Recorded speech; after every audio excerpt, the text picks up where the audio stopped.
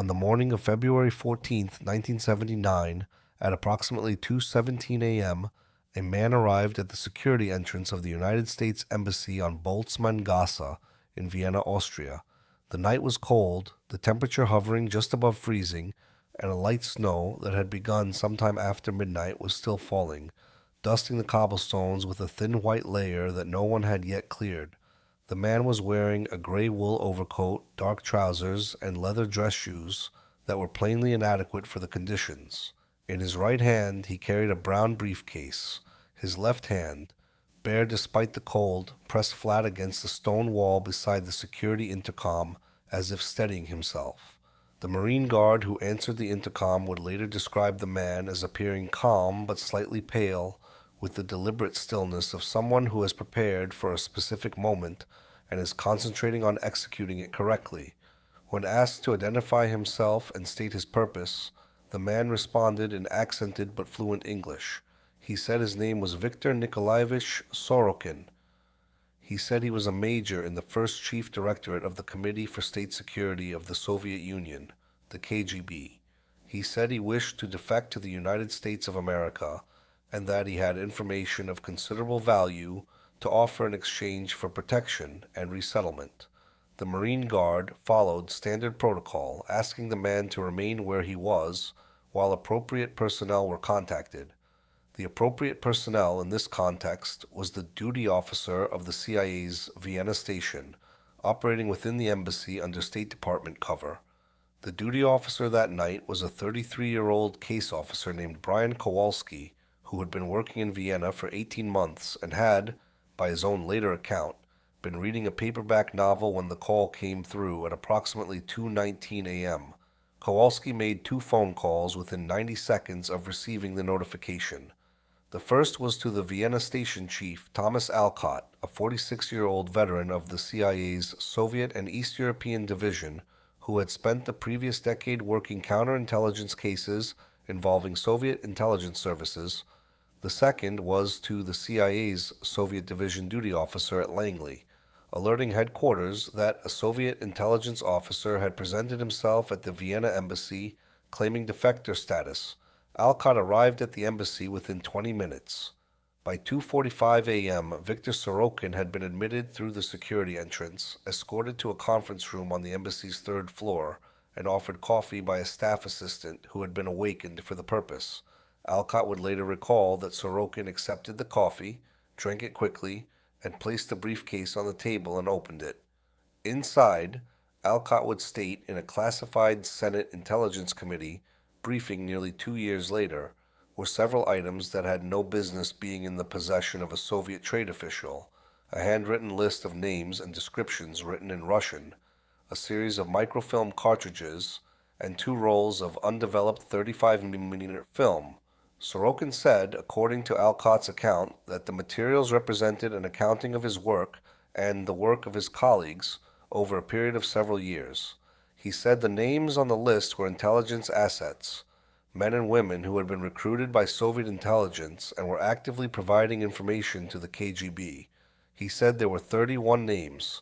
He said he was prepared to tell the Americans everything he knew about all of them. If you follow Cold War intelligence history and the human stories behind these operations, subscribe and turn on notifications. We reconstruct these cases every week, drawing on declassified records and documented history to uncover what actually happened to the people involved. Now, back to Vienna, and to the 31 names on that list. What followed was the beginning of a debriefing process that would last more than 3 months and would result in one of the most consequential intelligence windfalls of the late Cold War period. The ripples from the information Sorokin provided that morning would spread across multiple countries and multiple years, affecting dozens of lives, destroying several families, and reordering the counterintelligence posture of American and Allied intelligence services in ways that were still being felt a decade later. To understand what those 31 names meant and what delivering them cost, it is necessary to understand who Viktor Sorokin was and what had driven him to press that intercom button at 2:17 on a February morning when no one on the street could see him. Viktor Nikolaevich Sorokin had been born in 1934 in the city of Kazan, in the Tatar Autonomous Soviet Socialist Republic, approximately 500 miles east of Moscow. His father, Nikolai Sorokin, was a factory administrator who had served in a logistics capacity during the Second World War and had survived it with his health and career intact, a comparatively fortunate outcome for Soviet men of his generation. His mother, Galina, worked as a schoolteacher. Victor was the second of three children. His older brother, Dmitri, went into engineering. His younger sister, Tatiana, became a physician. He was identified early in his schooling as academically exceptional, particularly in languages. By the time he completed secondary education, he was fluent in German and had functional competence in English. He was admitted to the Moscow State Institute of International Relations, known by its Russian acronym MGIMO, in 1952, an institution that served, among other functions, as a primary recruiting ground for the KGB's Foreign Intelligence Arm. By his second year, according to later accounts from former classmates interviewed by Western intelligence analysts, Sorokin had been approached by a representative of the state security apparatus and invited to attend meetings described, in deliberately oblique language, as concerning foreign service preparation. He accepted. In his initial CIA debriefings in 1979, he explained that accepting such an invitation was simply what ambitious young men at MGIMO did if they wanted careers in international work, that the path was established, expected, and practically without alternative for someone of his abilities. In later interviews conducted by researchers with access to his debriefing transcripts, he acknowledged that he had also been genuinely ideologically committed at the time, that he believed in the Soviet state and understood work for its intelligence services as honorable. Both things, he said, could be true simultaneously. Sorokin formally joined the KGB in 1957, following completion of specialized training at a facility outside Moscow that he described as rigorous, methodical, and deliberately unglamorous, designed, he believed, to produce professionals rather than idealists. He was assigned to the First Chief Directorate, the arm responsible for foreign intelligence operations, and spent his first 3 years in analysis and support roles in Moscow before receiving his first foreign posting, East Berlin, in 1960, where he served under the cover of a junior trade official until 1964. Berlin had formed him professionally. The city in those years was among the most intensively surveilled environments in the world, saturated with intelligence officers from multiple nations, every cafe and park bench a potential observation post, every conversation potentially recorded and reported. Working there required a particular kind of discipline, the ability to maintain cover under continuous pressure, to read situations and people quickly, to act within narrow windows. Sorokin developed these skills over 4 years and returned to Moscow in 1964 a substantially more capable officer than he had been when he arrived. In 1965, he married a woman named Lyudmila Petrovna Borisova, who worked as a translator at the Ministry of Foreign Affairs. They had one child, a daughter named Irina, born in 1967. The marriage was, by accounts from people who knew them in Moscow, a functional arrangement between two capable people with compatible professional lives rather than a passionate attachment, common enough in a professional class where careers were demanding and domestic life organized around institutional schedules rather than sentiment. Over the following decade, Sorokin received additional postings: Budapest in 1966 for 18 months, then a period back at Moscow Center before Copenhagen in the early 1970s, and finally Vienna in 1976, where he arrived with the cover title of Second Secretary for Trade Matters at the Soviet Embassy. His actual role, confirmed by CIA analysis conducted during his debriefings, was as a senior case officer within the Vienna Residentura, the KGB's operational station in Austria, with responsibility for running intelligence assets across Austria, Switzerland, and the United Kingdom. By 1976, Sorokin had been a KGB officer for 19 years. He had recruited assets, developed cover stories, run dead drop operations, and managed the psychological requirements of human sources, taking considerable personal risks to provide information to the Soviet state. His promotion record was consistent. His operational assessments were considered good. He had also, over those 19 years, accumulated a view of the Soviet system that had gradually diverged from the ideological commitment of his youth. The process of disillusionment had not been sudden. It had been the accumulation of small things, the persistent gap between the rhetoric of his superiors in Moscow and the observable reality of life in the countries where he was posted, the corruption and careerism within the KGB itself, which rewarded political reliability over operational competence in ways that, over years, became impossible to ignore. The treatment of colleagues who fell from favor, swift, comprehensive, and offering no proportionality between perceived offense and consequence.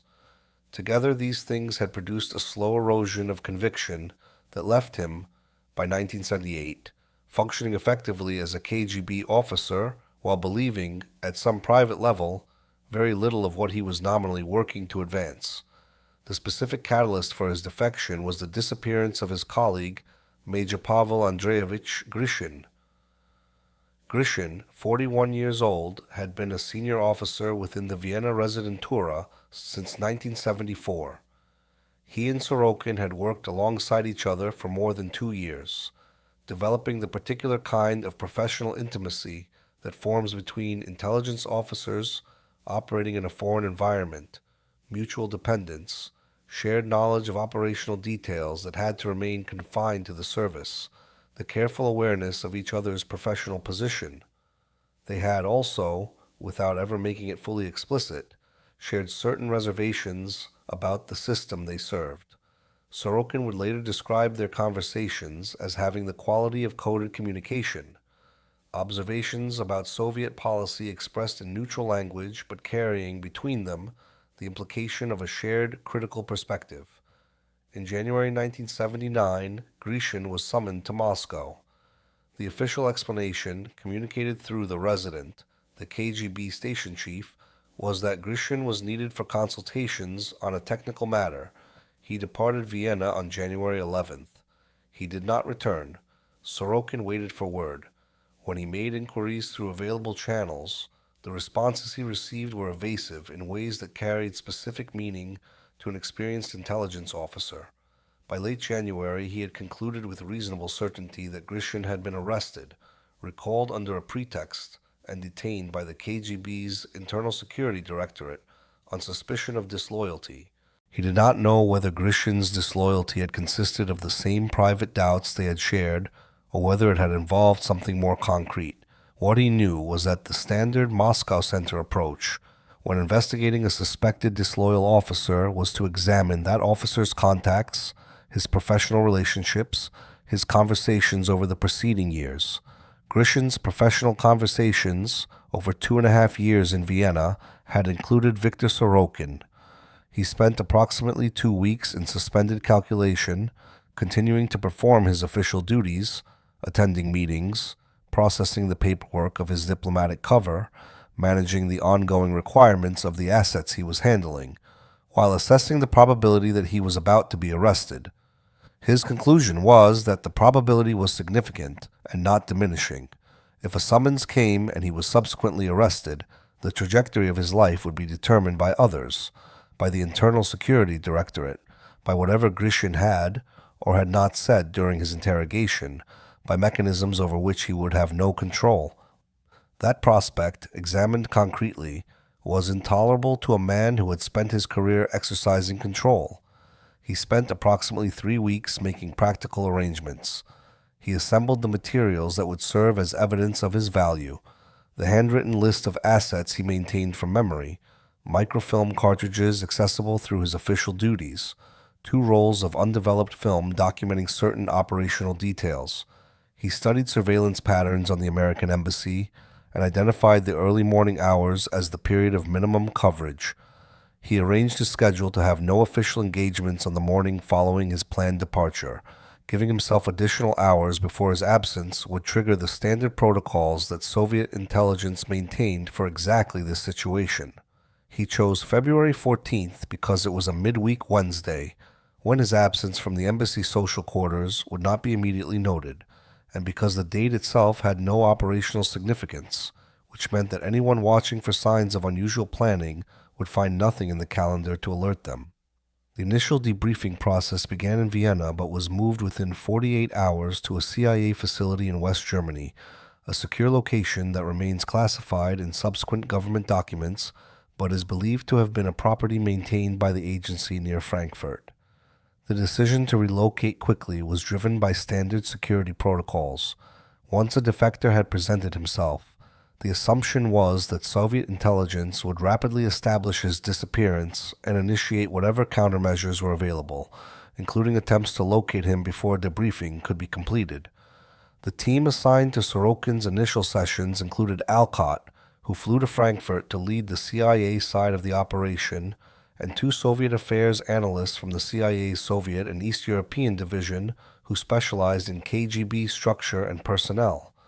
Within the first week, a liaison team from British intelligence, MI5, responsible for domestic counterintelligence within the United Kingdom, and MI6, responsible for foreign intelligence collection, was flown in to participate, reflecting the significance of the British names among Sorokin's 31. The FBI would be notified separately and would enter the process later, when the American names on the list required domestic investigation within the United States. The debriefing protocol was methodical and structured. It began, as all defector sessions did, with an extensive biographical examination, establishing who Sorokin was, what his career history had been, what access he had held, and what his motivations were for defecting. This process, which intelligence professionals call building the legend in reverse, served both to verify the defector's credentials and to establish a baseline against which the intelligence he provided could be evaluated. Sorokin was, by multiple accounts from participants in the process, a cooperative and forthcoming subject. He answered questions thoroughly, provided details that could be and were cross-checked against existing intelligence files, and demonstrated a depth of knowledge about KGB operations and personnel consistent with his claimed rank and posting history. Within the first week, the CIA's initial assessment was that Sorokin was almost certainly a genuine defector, not a provocation, the term of art for a defector sent by the Soviets to deliver disinformation, and that his information was likely to be of high value. The 31 names were processed not all at once, but in separate sessions, each documented and immediately cross-referenced against existing intelligence databases. Some names and cover descriptions matched individuals already under investigation or surveillance by Western counterintelligence. Others were entirely new. The effect was cumulative. As each session produced another identifiable asset or set of operational details that could be independently verified, the evidentiary weight of Sorokin's account grew proportionally. By the end of the first 2 weeks of debriefing, the CIA and its British counterparts had provisionally identified at least 23 of the 31 individuals. Among them were 7 American citizens working in defense-related industries or government positions, 9 British nationals, several holding positions within the United Kingdom's defense research and intelligence communities, 4 West German citizens employed in NATO-connected agencies or research institutions, and 3 individuals in Switzerland and Austria with access to financial and commercial intelligence. The remaining 8 could not be immediately identified from the information Sorokin provided and required additional investigation before any action could be considered. It was during the 3rd week of debriefing that a session occurred, which Alcott would later describe in a written assessment as the most uncomfortable hour of the entire process. The CIA team had reached the British names on Sorokin's list. The analyst began asking him to describe each asset's position, access, handling history, and the nature of what had been provided to Moscow Center. Sorokin answered each question in the same methodical way he had answered all previous questions. At one point, an analyst asked him to describe the British asset he had personally managed longest, the asset with whom his case officer relationship had been most developed. Sorokin named a physicist. He described the man's position, his access, the length of their relationship, the methods they used to communicate. He described a Swiss bank account. He described a meeting in Zurich in 1976. He provided in deliberate and organized detail precisely the information that would allow British counterintelligence to build a prosecution case against a man who, as Sorokin understood, lived with his wife and grown children in a house several miles from one of Britain's most sensitive facilities, and who had no idea that in a room near Frankfurt, a Soviet intelligence officer was dismantling 8 years of carefully maintained secrecy. Alcott asked Sorokin whether he had considered, before defecting, what would happen to the people on his list. Sorokin was quiet for a moment before responding that he had considered it. He said that when you are trying to determine whether your own government intends to arrest you, other considerations occupy a secondary position. Alcott recorded this response in his assessment without editorial comment. He noted that Sorokin had not, at any point during that session, appeared remorseful. He appeared, Alcott wrote, entirely professional. What that session also clarified, and what Alcott would return to in his written assessment, was the particular character of the relationship between a KGB case officer and the assets he managed. Sorokin had met Kenneth Watkins in person on at least 4 occasions over 3 years. He had read Watkins's file extensively. He knew the man's professional position, his family situation, the approximate location of his home, the political convictions through which he had been recruited, the financial arrangement that had developed, and the precise nature of what Watkins had provided. In the debriefing sessions, Sorokin described all of this with the fluency of someone for whom it was simply professional knowledge, facts about a case he had managed competently. What he did not describe, because the CIA analyst did not ask and Sorokin did not volunteer it, was any consideration of Kenneth Watkins as a person with a life that the information in that room was about to fundamentally alter. This was not callousness in the usual sense of the word.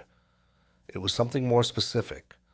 The professional structure of intelligence work requires a handler to know an asset intimately and to use that knowledge as a tool and to maintain, across the same relationship, a categorical separation between the asset as a person and the asset as an operational resource. Sorokin had maintained that separation for 3 years. He maintained it still in the debriefing room near Frankfurt, while providing the information that would destroy it from the outside.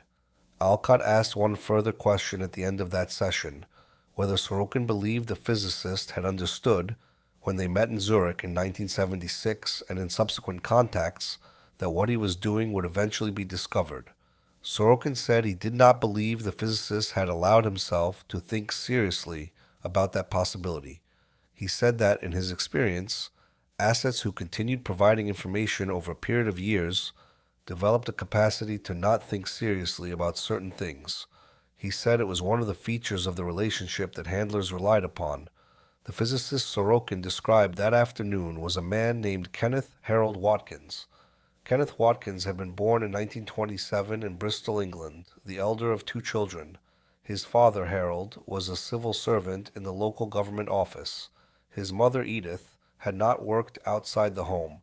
He showed exceptional academic ability from an early age, with particular strength in the sciences, and won a scholarship to study physics at Bristol University in 1945, completing his undergraduate degree in 1948, and a doctorate from the University of Cambridge in 1952, with dissertation research in nuclear physics. His academic record attracted recruitment by the Atomic Weapons Research Establishment at Aldermaston, Berkshire, where he began working in 1953. The establishment, known throughout the British defense community simply as Aldermaston, was responsible for the research and development of Britain's nuclear weapons program. It was among the most sensitive facilities in the United Kingdom, its work protected under the highest levels of security classification available in the British system. Watkins rose through the research ranks over more than 2 decades to the position of Principal Scientific Officer, a senior grade giving him broad access to programs related to nuclear weapons design, delivery systems, and testing methodology. He held a positive vetting clearance, the highest security clearance level in the British system during the Cold War, introduced in 1952 following a series of espionage revelations that had exposed the vulnerability of existing vetting procedures, which had been reviewed and renewed at regular intervals as required. By 1979, at the age of 51, He was considered one of Aldermaston's leading experts in his specialization. In 1955, he had married Margaret Elaine Hughes, a librarian he met at a social event in Reading. They had two children, David, born in 1957, who had recently joined a London financial firm after completing his early professional qualifications, and Helen, born in 1958, who had studied English literature and was in 1979 in her first year of teaching at a secondary school in Bristol, near where her father had grown up. The family had lived since 1960 in a detached house in Thatcham, a village a few miles from Aldermaston, on a quiet street with other professional families connected to the establishment. To his neighbors, his colleagues, and to his wife and children, Kenneth Watkins appeared to be precisely what his employment records described: a serious, capable, occasionally remote scientist who cared deeply about his work, maintained a well-ordered domestic life, and showed no signs of unusual behavior, financial difficulty, or irregular associations. This appearance had been carefully maintained for more than 8 years. According to evidence presented at trial and confirmed by MI5 investigations conducted in the months following his arrest, Watkins had first been approached by Soviet intelligence in the spring of 1971 at an academic conference on nuclear physics held in Geneva, Switzerland. The approach was made by a man who identified himself as Dr. Alexander Voss, a physicist presented as representing a Soviet academic institute with whom Watkins had struck up a conversation at a conference dinner. They had spoken for more than 2 hours, ranging across the technical content of the conference, the state of nuclear physics research internationally, and, gradually, carefully, the political dimensions of the arms race and the relationship between scientific knowledge and military application.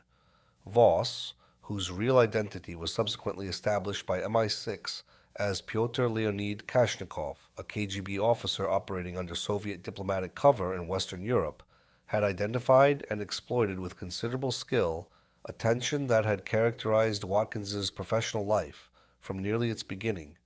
Watkins had been, throughout his adult life, a man of progressive political sympathies, someone who had opposed British nuclear testing in the Pacific in the 1950s, who had been a peripheral member of the Campaign for Nuclear Disarmament in its early years. The organization had been founded in February 1958, and who maintained a sincere, if somewhat abstract, belief that the development of nuclear arsenals represented a permanent threat to human civilization. He had nevertheless chosen to work at Aldermaston, a choice he rationalized through arguments that had the shape of principled positions, that responsible scientists were needed within the weapons program, that Britain's independent nuclear deterrent served a stabilizing function, that one could work within a system while maintaining reservations about it.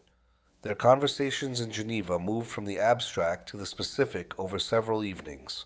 By the end of the conference, what had begun as a general discussion of the ethics of nuclear research had arrived at a proposition, framed not as recruitment to espionage, but as an act of conscience. That information about certain British weapons programs, shared with Soviet scientists, could contribute to the kind of mutual understanding that might reduce the risk of catastrophic miscalculation. Kashnikov had been deliberate about this framing, presenting the proposition in language that allowed Watkins to understand himself not as a spy, but as someone making a moral choice that transcended national competition. Watkins did not agree immediately. By his own account, during interrogation, he returned to England and spent approximately 3 months thinking about what had been proposed. He did not tell his wife. He did not consult any colleagues. He eventually concluded, as his interrogation statement describes it, that he would provide some limited general information that he did not believe would meaningfully harm British security, but might contribute to greater mutual understanding between the superpowers. The first exchange took place in September 1971 through a dead drop in London. The information Watkins provided was assessed by MI5 years later as being of moderate sensitivity, general technical data about one aspect of a program that was not among Aldermaston's most closely held projects. What Kashnikov and his superiors in Moscow Center understood, however, was something more significant than the value of that first piece of information itself. They had successfully recruited an asset with positive vetting access inside Aldermaston. This was a penetration of one of Britain's most secure facilities, and its value would compound as the relationship deepened. The relationship did deepen gradually and then substantially. Contacts became more regular, roughly quarterly, using dead drops in London and on two occasions that MI5 later documented, face-to-face meetings in European cities during scientific conferences Watkins attended in his professional capacity.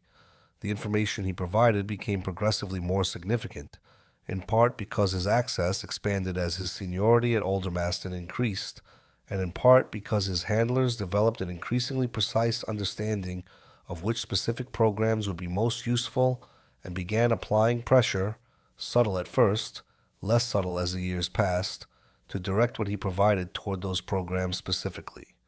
Victor Sorokin inherited the management of Watkins' case in early 1976, arriving in Vienna and taking over responsibilities from a predecessor rotating back to Moscow.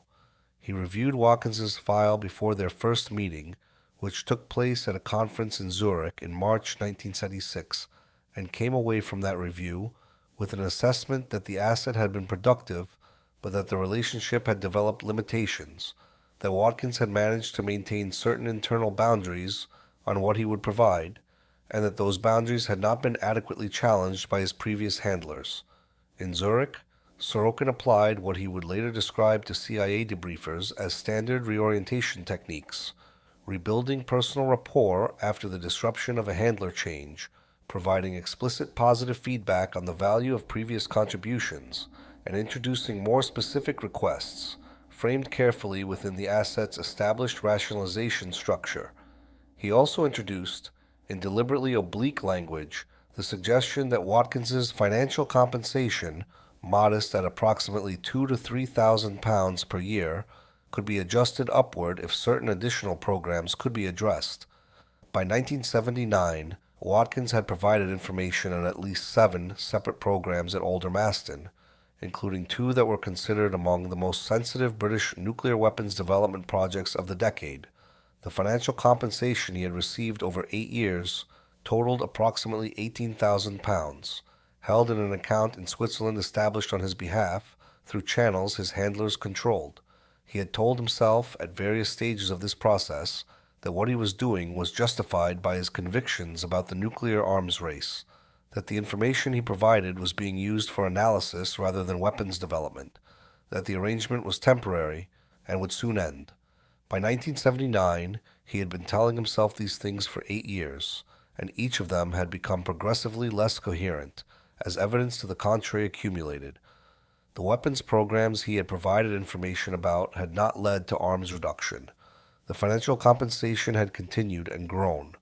The requests had become more specific and the pressure more consistent with each passing year.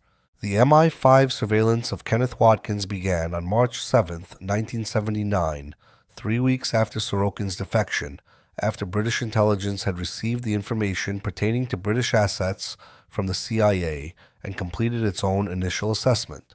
The decision to conduct surveillance before making an arrest was driven by multiple considerations: the need to corroborate Sorokin's account with independently gathered evidence, the possibility that Watkins' existing contacts might lead investigators to additional elements of the KGB's network in Britain, and the institutional preference within MI5 for building cases capable of withstanding prosecution rather than relying primarily on defector testimony, which, however credible, could be contested by defense counsel in court. The surveillance team assigned to Watkins consisted of 6 officers working in rotating shifts, covering his movements from Thatcham to Aldermaston, his lunch breaks, his occasional trips to London, and his activities at professional meetings. The operation was maintained under strict compartmentalization. A small number of senior officials knew what was happening and why, while the surveillance team knew only that they were covering a subject under investigation without specific knowledge of the case's nature or significance. For the first 5 weeks, the surveillance produced nothing that could be characterized as overtly suspicious. Watkins followed a consistent and apparently unremarkable routine, arriving at Aldermaston each morning at approximately 8 o'clock, working through the day, returning home to Thatcham in the late afternoon. On weekends, he gardened, read, and occasionally drove with his wife to visit friends in the area. His behavior showed no obvious signs of counter-surveillance awareness, no checking for followers, no unusual diversions from established routes, no apparent departure from the patterns of an ordinary professional life. Then, on April 15, 1979, a Monday, Watkins left Aldermaston at lunchtime and drove not toward any of his usual destinations, but east toward London, a journey of approximately 40 miles that he completed in under an hour. MI5 surveillance vehicles maintained contact as he drove into the city and parked in a multi-story car park in the Kensington area. He walked to a small restaurant in a residential street, where he ate alone for approximately 30 minutes, and then walked to a bench in Holland Park, a public park, roughly a 20-minute walk from the Soviet Embassy at 13 Kensington Palace Gardens, where he sat down, placing what appeared to be a folded newspaper on the bench beside him. At approximately 2:40 p.m., another man sat at the opposite end of the bench. This man was later identified from surveillance photographs as Eduard Sergeyevich Molov, a 38-year-old third secretary at the Soviet Embassy on Kensington Palace Gardens, whose actual function within the KGB's London Residentura had been under MI5 investigation for the previous year. Molov and Watkins sat approximately 6 feet apart for approximately 8 minutes. Surveillance photographs documented the interaction, both men facing forward, neither appearing to speak, each apparently examining documents or publications in their laps. When Molov departed the bench, he left behind a newspaper. When Watkins departed, he left behind the newspaper he had brought and took Molov's in its place. The surveillance team photographed the entire exchange. They did not intervene. Watkins drove back to Berkshire and returned to Aldermaston for the afternoon, passing through the facility security checkpoint at 4:13 p.m. with his establishment identification badge and now inside his coat whatever had been transferred in that newspaper in Holland Park. The decision to arrest Watkins was made on April 22, 1979. The MI5 leadership and the Director of Public Prosecutions had concluded that the evidence, Sorokin's testimony combined with the documented Holland Park meeting, and Aldermaston's access logs showing which classified programs Watkins had reviewed in the preceding weeks, was sufficient to support prosecution under the Official Secrets Act. The concern about allowing him to continue had grown. The meeting with Molov demonstrated that the Soviet intelligence network in Britain remained active and that further exchanges would almost certainly involve information about ongoing sensitive programs. The arrest was conducted on the morning of April 24, 1979.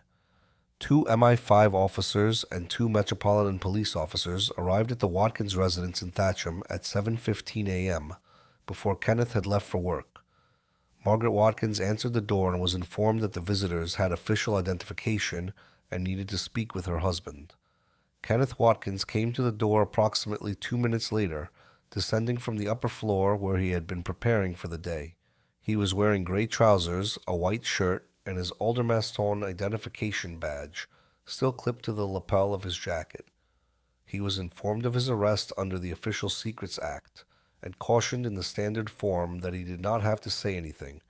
According to the arresting officer's report, his response was a silence of approximately 10 seconds, followed by a statement that he would like to speak to his solicitor. Margaret Watkins stood in the hallway of their home and asked several times what was happening. She was told that her husband was being taken for questioning and had not yet been formally charged. She asked whether the situation was serious. She was told that it was. By her own account, given in a later interview with a researcher studying Cold War espionage cases, she did not understand at that moment what her husband was being accused of. He had never mentioned anything about it. She had not suspected. In more than 8 years of a marriage that had continued normally on its surface, she had not known. Kenneth Watkins was taken to a police facility in London, formally processed and held. He exercised his right to silence for the first 24 hours, during which his solicitor arrived and conferred with him at length. On the second day, April 25, 1979, Watkins began to cooperate with MI5 questioners, providing an account of his activities that broadly corroborated Sorokin's information while attempting, in several instances, to minimize the significance of specific material he had transferred. The interrogation lasted 3 weeks. in extended sessions that were recorded and transcribed, the transcripts ultimately running to several hundred pages. Watkins described the original approach in Geneva in 1971, the development of the relationship with his Soviet handlers over the following years, the nature of the information he had provided, and his motivations. His account was, in various respects, an attempt to construct the most defensible version of his actions possible while providing enough corroborating detail to satisfy the investigators. He described his motivations in terms that echoed the rationalizations he had apparently maintained for years. Genuine belief that the nuclear arms race was dangerous, a conviction that mutual understanding between East and West could reduce the risk of war, a sense that scientists had a particular responsibility to act outside national loyalties on behalf of human survival. These rationalizations had the quality of statements refined through years of private repetition, coherent on their surface, but, under sustained questioning, increasingly unable to account for the full trajectory of what had actually happened.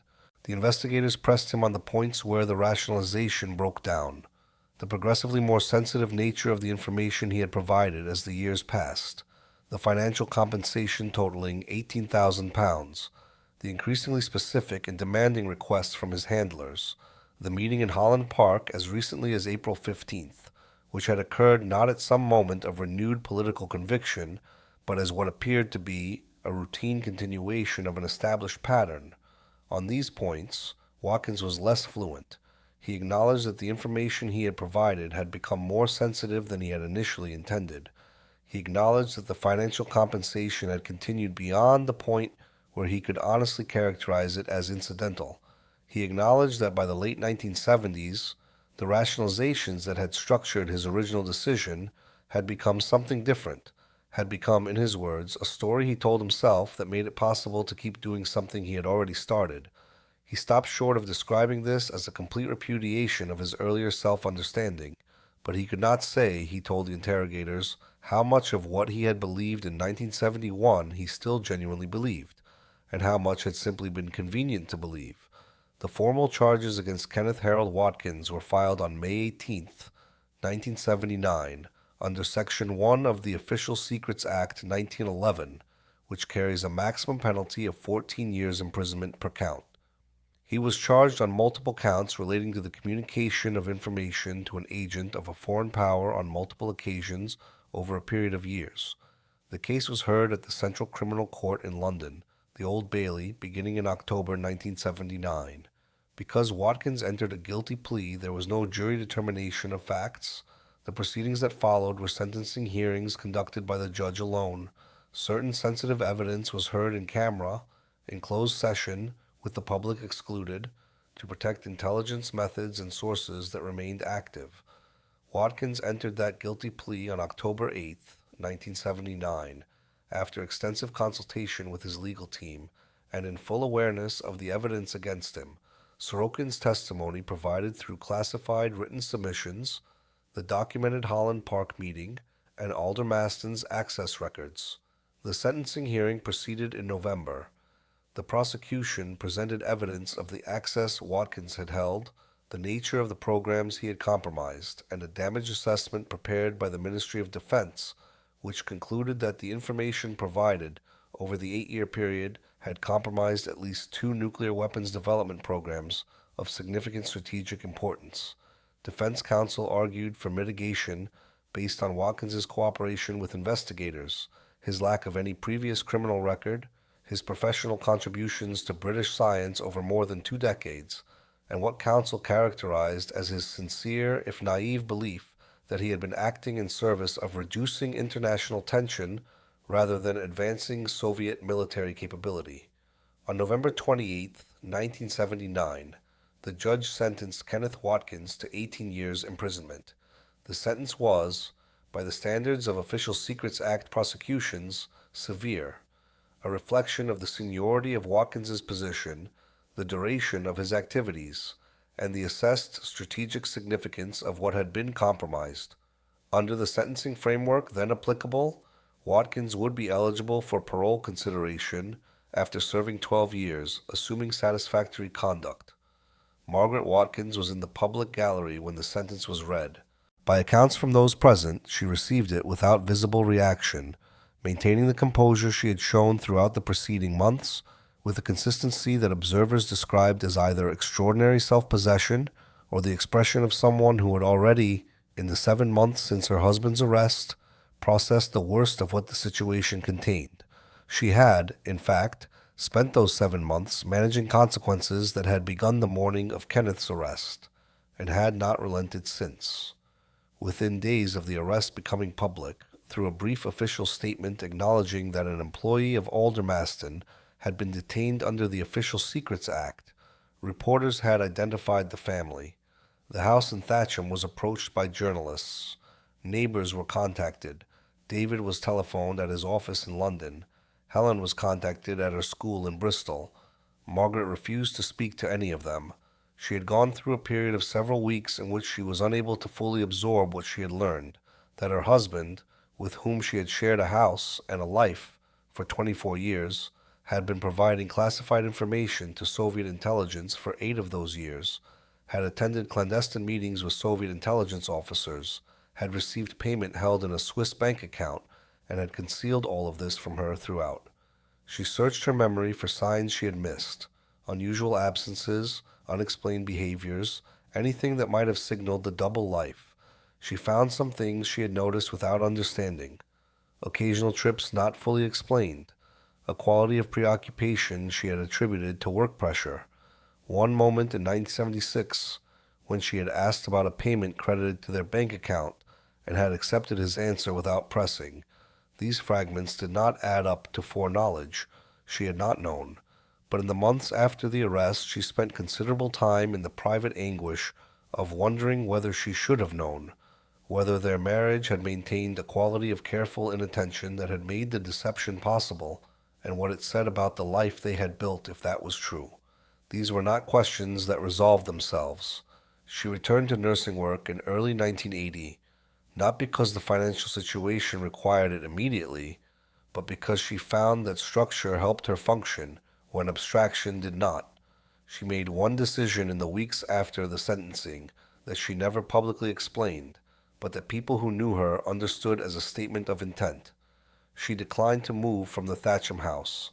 Other families in her position sometimes relocated to escape visibility.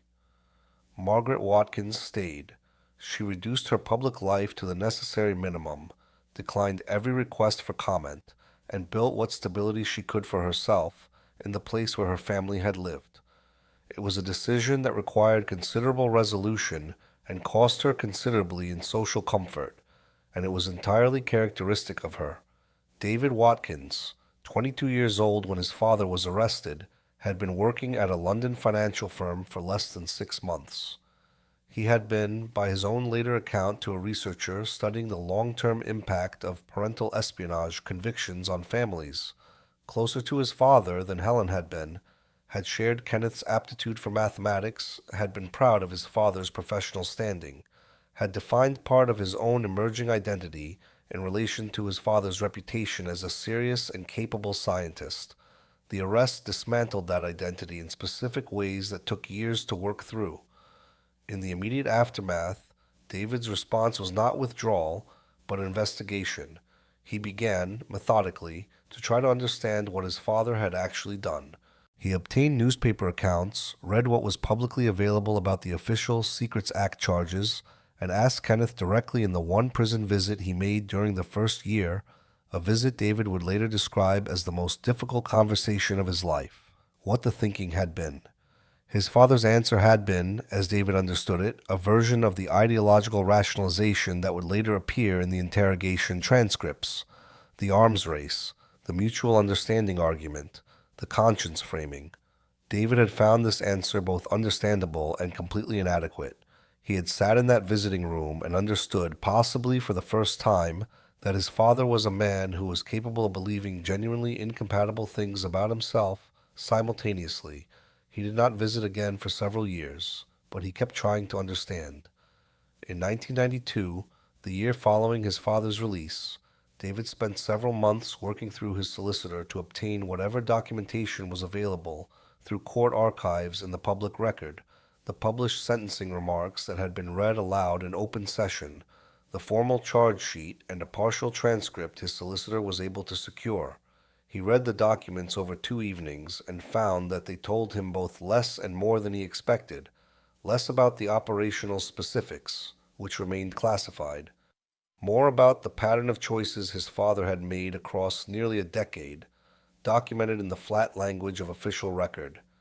He found, reading those pages, something unexpected. He could follow the logic of almost every step his father had taken while finding the overall trajectory entirely indefensible. The two things coexisted in the documents without resolution, and they coexisted in the same way in David's understanding of his father for the remainder of Kenneth's life. Helen Watkins was 21 in 1979, in her first year of teaching at a secondary school in Bristol. She had chosen a career removed from the scientific world her father inhabited, and had always maintained a more complicated relationship with him than David had, not hostile, but less defined by admiration of his professional accomplishments. The arrest was devastating, but differently so. She was less invested in a particular image of her father that had to be revised. What she experienced more acutely was the effect on her professional situation. Teaching is a profession conducted within communities, and communities talk. The daughter of a convicted spy in her first year at a new school encountered a social discomfort she had not anticipated and could not easily manage. She left Bristol in 1982 and relocated to a city where she was not known. She married in 1986 and had children of her own by the early 1990s. She saw her father occasionally after his release, at Christmas perhaps, once more during the year, but maintained the relationship at a careful distance. In 2003, when her eldest child was 16, she told her children about their grandfather's imprisonment. She had decided that information of this kind traveled too easily now, and that she preferred to tell them herself, in her own words, with time to answer their questions. The conversation took place over a long Sunday dinner. Her children were quieter than she expected. Her eldest asked whether she had known at the time. She said she had been 21 and had not known anything except that her father was being taken from the house in handcuffs. Her youngest asked whether she had forgiven him. She said she did not think forgiveness was quite the right frame for it, that she had reached a position where she could hold what he had done alongside who he had been as a father, and that these two things did not cancel each other out in either direction. She found, after the conversation ended and the children went to their rooms, that she felt something she had not expected, a modest but genuine relief at having said it plainly. By the summer of 1979, as the debriefing process concluded, Viktor Sorokin was transferred from the CIA's facility in West Germany to a location in the United States, where he had been granted asylum and was given a new identity under arrangements that have never been publicly disclosed. The CIA's internal assessment of his value was, by available accounts, high, not only because of the 31 names, but because of the depth of operational detail he provided about KGB methods, tradecraft, personnel, and the inner workings of the Vienna and other European residenturas. His debriefings, which continued on a reduced basis through the fall of 1979, were later characterized by senior CIA officers involved in the case as among the most comprehensive single-source intelligence contributions of the decade. The handling of the 31 names was not uniform in its legal outcome. In addition to Watkins, 3 other British nationals were arrested and prosecuted under the Official Secrets Act between 1979 and 1982 as MI5 built individual cases with the care required to withstand judicial scrutiny. 2 West German nationals were arrested and prosecuted under applicable German law. In the United States, the FBI opened investigations into 3 American citizens named in Sorokin's debriefings. 2 were eventually charged with espionage-related offenses. In multiple other cases, prosecution was not pursued because subjects had already left sensitive positions, because prosecution would have required surfacing classified intelligence methods, or because individuals were located in jurisdictions where the cooperation necessary for extradition was limited. In several cases, subjects were quietly stripped of their clearances and access, left to live with the private knowledge that they had been identified but would not face formal charges. In at least 2 cases, individuals on the list were believed to have died before action could be taken. Eduard Molov, the Soviet embassy officer who had met Watkins in Holland Park, was declared persona non grata by the British Foreign Office in June 1979 and expelled from the United Kingdom. His expulsion was handled without public acknowledgement of the specific intelligence that had precipitated it, framed in the standard diplomatic language applicable to such declarations. He returned to the Soviet Union. His subsequent career is not documented in available public sources. Viktor Sorokin settled in the United States under his new identity. He worked in a consultative capacity with the CIA for a period in the early 1980s, providing context on Soviet intelligence operations as specific questions arose. By the mid-1980s, that relationship had concluded, and Sorokin, under his new name, in a location not identified in any available documentation, was living a civilian life. He remarried in the late 1980s, according to limited information in a retrospective CIA assessment. His daughter Irina, who had been 11 years old at the time of his defection, remained in the Soviet Union. The fate of Irina Sorokina represents one of the persistent cruelties of Cold War intelligence operations. When a Soviet intelligence officer defected to the West, family members left behind were routinely subjected to interrogation by the KGB's Internal Security Directorate, relocated from their current housing as a punitive measure, and placed under ongoing surveillance. Employment and educational opportunities were curtailed as official displeasure was communicated through the mechanisms of a state controlling those institutions. Sorokin knew this would happen.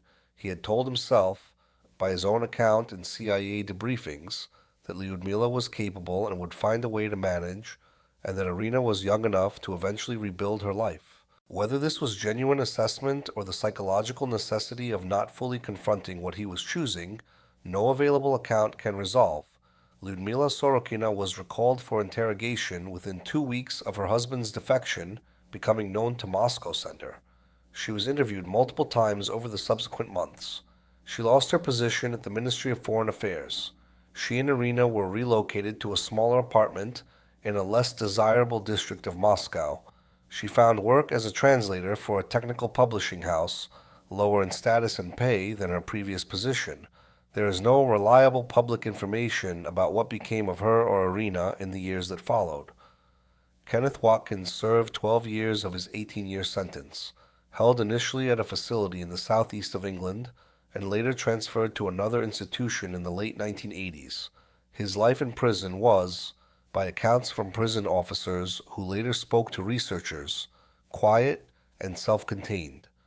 He read extensively, participated in available educational programs, and maintained a distance from the social dynamics of the prison environment that his background made natural. Margaret Watkins died in November 1988, 18 months before Kenneth's release. She had been diagnosed with cancer in early 1987 and declined rapidly. Kenneth was informed through prison officials. He was not permitted to attend the funeral, which was a small private service attended by David, Helen, and a small number of close friends.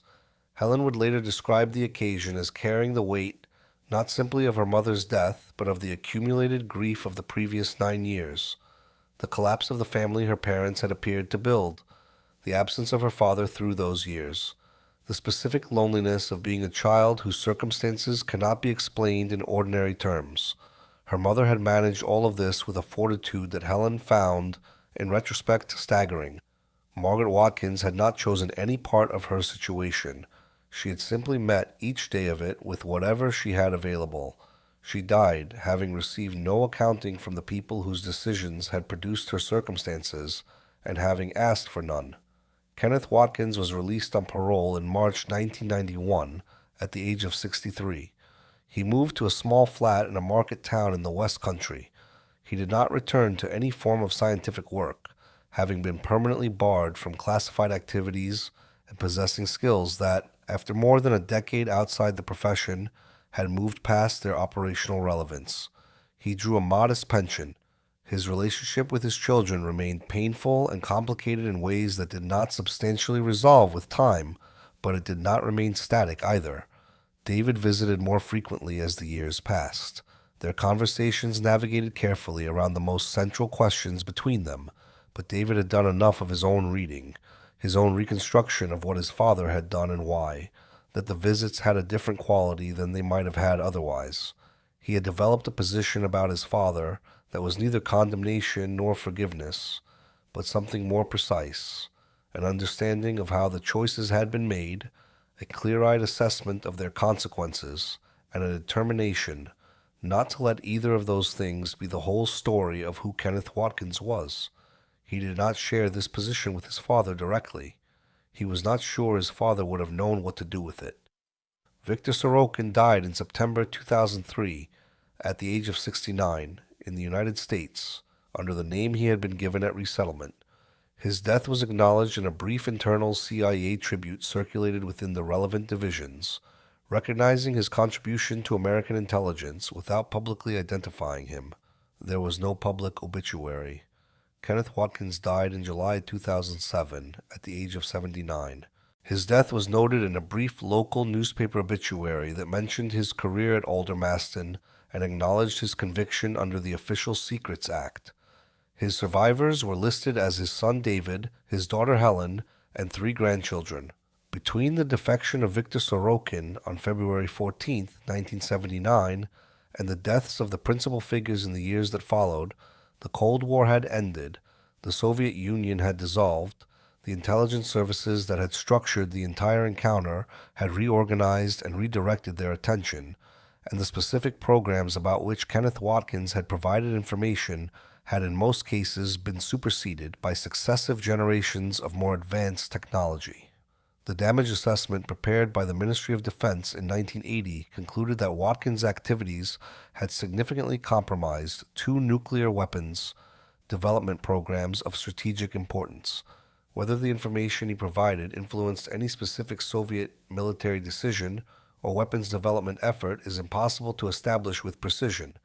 Intelligence analysis is aggregative. Pieces of information from many sources are assembled by many analysts into assessments that inform decisions made by many planners across time. The contribution of any single source to any specific outcome is rarely traceable through that process to a documentable result. The Cold War generated enormous quantities of intelligence that shaped the thinking of decision-makers in ways that cannot be cleanly isolated from all the other factors that shaped their thinking. What is not unknowable is the human cost, and the Cold War, as an institutional system, was extraordinarily efficient at producing human costs that it then absorbed without accounting for them.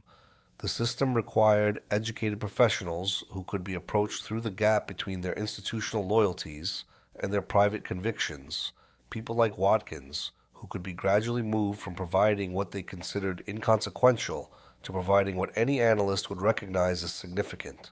It required Margaret Watkins to absorb consequences she had played no role in producing.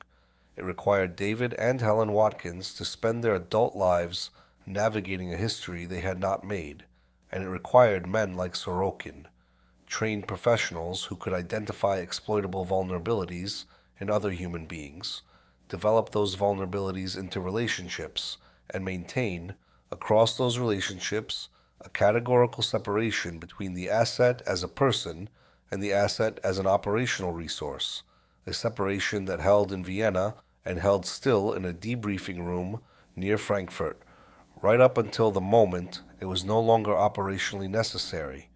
None of these individuals were interchangeable with the roles the system assigned them, and none of them escaped those roles without cost. Sorokin chose to defect and understood that his choice would result in the prosecution of people he had managed. He made that choice and lived with it under a name that was not his own for 24 years. Watkins chose to provide classified information to a foreign intelligence service and told himself, for 8 years, that his reasons were adequate to his actions. When those reasons were examined under interrogation, they did not hold their shape. The KGB officers who recruited and handled Watkins across the full span of the operation, Kashnikov in Geneva in 1971, the succession of handlers through the mid-1970s, Sorokin from 1976 onward, were conducting what their institution regarded as professional work. What that professional work produced, in human terms, was a family destroyed, a scientist imprisoned, a wife who died before her husband was released, and two children who spent decades in the aftermath of choices they had never been consulted about. The systemic and the personal are not separable in cases like this. The Cold War was a system, and the system created the conditions in which these specific choices became possible, and, from each participant's perspective, made a certain kind of sense, but the system did not make the choices. The individuals did, and the consequences of those choices were not distributed equally among the people who made them and the people who did not. The system also had a particular relationship with time. Intelligence operations unfold over years. Recruitment is gradual. Escalation is gradual. The distance between the first piece of information passed at a London dead drop in September 1971 and the sentence handed down at the Old Bailey in November 1979 is 8 years, and across those 8 years the operation built a weight that no single moment within it adequately represents. The man who sat at a conference dinner in Geneva in 1971 and found the conversation persuasive is not the same man who drove 40 miles to Holland Park in April 1979 to exchange a newspaper with a Soviet intelligence officer. The person changed, the operation changed, the information changed. What did not change across 8 years was the essential structure of what was happening. A British scientist providing classified defense information to Soviet intelligence, and what did not change was the category of consequences that structure would eventually produce if it were ever surfaced. Assets and operations like this one rarely lose awareness entirely that what they are doing is serious, and that its discovery will have serious consequences. What they maintain across those years is a practice capacity to keep that awareness at a distance sufficient that it does not interfere with the decision to continue. This is one of the things that intelligence services understand about the human beings they recruit, that people can sustain a remarkable gap between what they know and what they act upon, particularly when the alternative to maintaining that gap is confronting everything they have already done. Victor Sorokin was 44 years old on the February morning when he pressed an intercom button in Vienna and delivered 31 names to the United States government. He was 69 when he died in a country that was not his own, under a name that was not his own. Kenneth Watkins was 51 when MI5 officers arrived at his front door in Thatcham, with his establishment badge still clipped to his lapel. He was 79 when he died, having spent 12 years in prison, having been widowed before his release, and having lived the last 16 years of his life in a world that had moved entirely past the conflict that had structured everything he had done. The photograph that MI5 surveillance officers took in Holland Park on April 15, 1979, two middle-aged men on a bench, maintaining the careful performance of strangers sharing a public space, was entered into evidence at the Old Bailey and later used in MI5 training materials as a documented example of what an active intelligence exchange looks like when captured on film. In the photograph, the trees behind the bench are beginning to show new leaves. An elderly woman can be seen in the distance walking a dog along the path. The two men look precisely like what they are pretending to be. There is nothing in the image that announces what it contains. That is, perhaps, what remains most difficult to absorb about it. Not the dramatic content of the story it belongs to, but the ordinariness of the image itself. The way the most consequential things can exist invisibly within the surface of an entirely unremarkable afternoon. The gap between what is visible in a photograph and everything, and everyone, that the photograph cannot reach.